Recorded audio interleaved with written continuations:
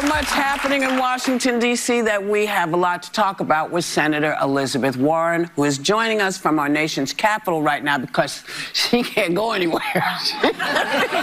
She's kind of stuck, but you know, we always love it when you come to us, Senator Warren. So, I'm Sarah. Sarah has the first question. Yes, one. Laughing about the fact she's trapped in D.C. because of the plane. I mean, it's just a perfect clip of The View. They're laughing about a tragedy, and then Whoopi doesn't even know who her co-star. Who the? The Aviation Security Committee will technically continue to exist, but it won't have any members to carry out the work of examining safety issues at airlines and airports. I think that is very telling, that when, you know, voters decide that they want someone to blow things up and they want someone to blow up infrastructures, this is the... Yes. Is there any evidence that because somebody was fired last week, that somehow this pilot was flying up too high or something? Washington, D.C. has never been short on drama, but in a single week, it felt like an entirely new level of chaos was unfolding.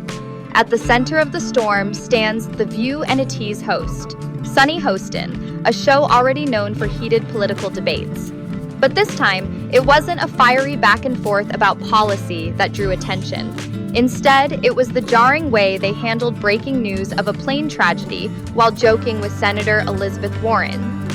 People wondered how anyone could transition so quickly from cheerfulness to solemnity.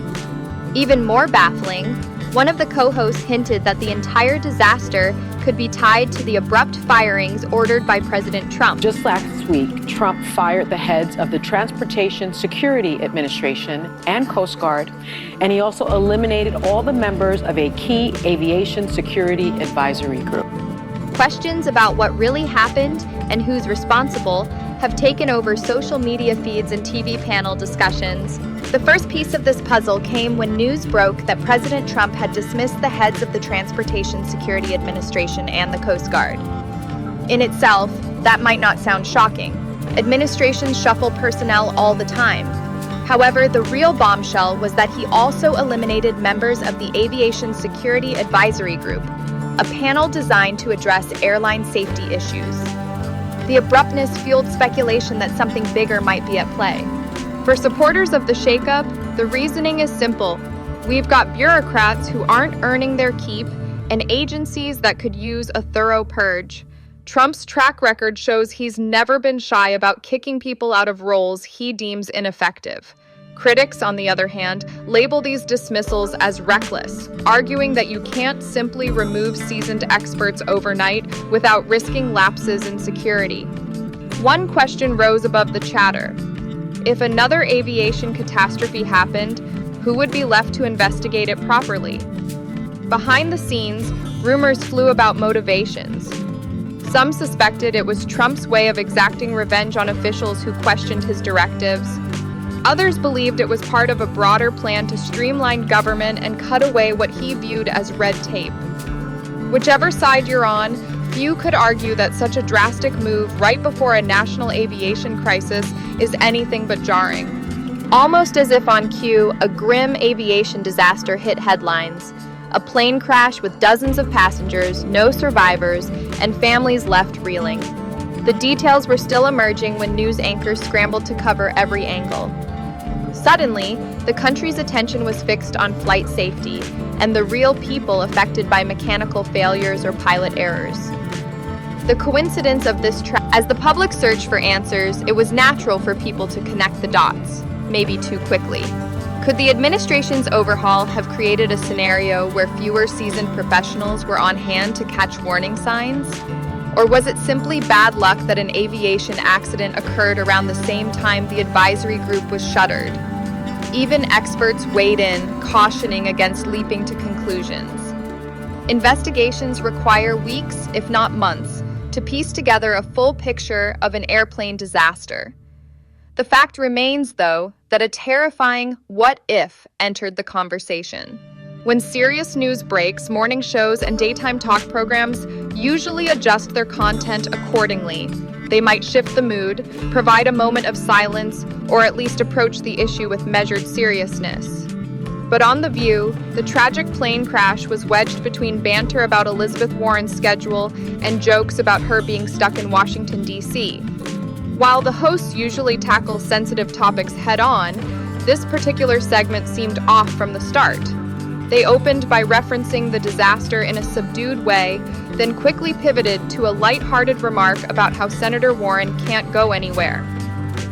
The abrupt shift left many viewers unsettled. One moment, they were hearing about a catastrophe with no survivors. The next, they were watching a comedic riff about how travel delays were inconveniencing a senator. Some longtime fans argued that the show's eclectic style often blends serious commentary with humor, but others felt this time they'd gone too far. The moment was captured, shared, and dissected across social media. Memes labeled the host as oblivious or callous. Critics demanded an apology for what they saw as making light of a mass tragedy. Supporters, meanwhile, insisted the host simply have a habit of injecting levity into grim topics.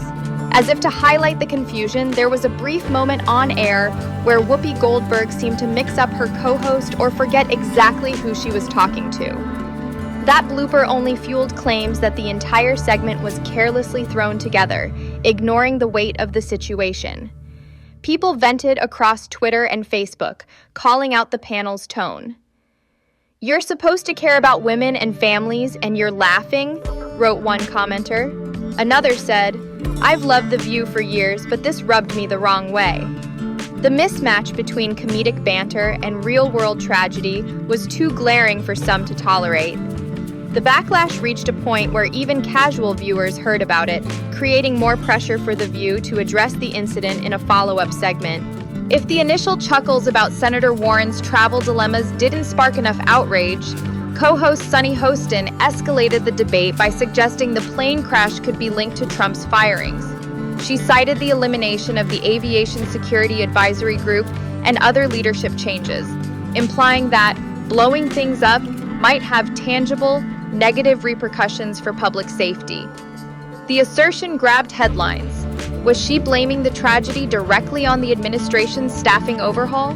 Many saw Hostin's view as an enormous leap, considering no formal investigation had even begun. Some viewers praised her for voicing concerns about a potential breakdown in oversight, while others accused her of politicizing a still unfolding tragedy. Regardless, her remarks added fuel to an already raging fire, making The View a central talking point in the conversation about governance, expertise, and accountability. Journalists scrambled to verify whether there was any evidence at all connecting the tragedy to the fired officials. They found none, at least not yet. Hostin's critics seized on this, saying it proved she was using a tragedy to score political points. Supporters argued she was merely highlighting the dangers of abrupt leadership changes in critical agencies. In today's politically charged climate, both sides dug in, turning a single statement into a flashpoint in national discourse. Beneath the surface, there's an ongoing debate about whether leadership positions are filled by the most qualified people or by those who tick certain boxes, be it loyalty to the administration or fulfilling diversity metrics, DEI. Critics of the current government claim that abrupt firings can open the door to cronyism. Those who defend DEI say it's not about lowering standards, but rather widening the pool to include capable people who've long been overlooked. In this context, blowing up infrastructures can mean weeding out corruption and inefficiency, but it can also risk tossing out years of accumulated knowledge. Are we, as Hostin suggests, playing with fire by dismantling boards that handle airline safety? Or is this part of a necessary shakeup to refresh stale systems? Media figures and political commentators have jumped into the fray, each with their own spin.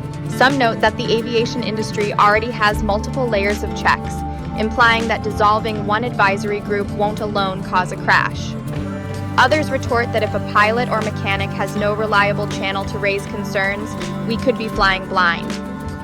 The crux of the argument, how do you balance the push for new perspectives with the need for proven expertise in fields where lives are on the line? The collision of these storylines, Trump's mass firings, a deadly plane accident, and a famously opinionated talk show, created a perfect storm online. Hashtags questioning. The View's sensitivity trended briefly, while politically charged threads debated the wisdom, or folly, of dismantling agencies so suddenly. The fiasco also reignited broader discussions about how major media outlets handle breaking news and tragedy. Some viewers zeroed in on the irony. A show that bills itself as a champion of women and families seemed to trivialize a crisis that left families in mourning. Even people who didn't regularly watch The View chimed in, stating they were shocked to see jokes interlaced with the mention of a lethal crash. Defenders pointed out that the segment as a whole did include solemn words from Elizabeth Warren, who showed genuine concern for the victims. But for some, that serious note was overshadowed by the hasty transition into comedy. Critics also questioned why the show's producers didn't rework the timing. If they'd placed the update about the plane disaster at the end of the show or given it a full standalone segment, might it have landed differently?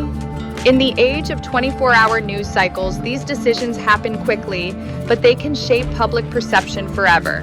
The uneasy mix of tragedy, politics, and media spectacle leaves us with an unsettling conclusion.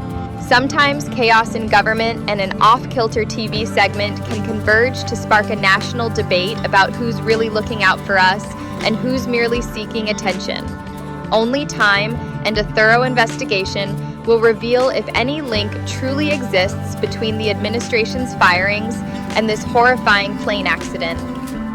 In the meantime, we're all left wondering, could a single advisory board have made a crucial difference? Or are we witnessing nothing more than a grim twist of fate amplified by talk show theatrics? Either way, the discussion that follows is necessary. Leadership turnover should matter, especially in fields where errors cost lives. Reporting on catastrophes should matter, especially when grieving families need empathy, not forced laughter. And as everyday viewers, we might do well to remember that not every commentary is rooted in fact. Sometimes it's just a sign of how confused we all are in a world where tragedy and humor collide on live television.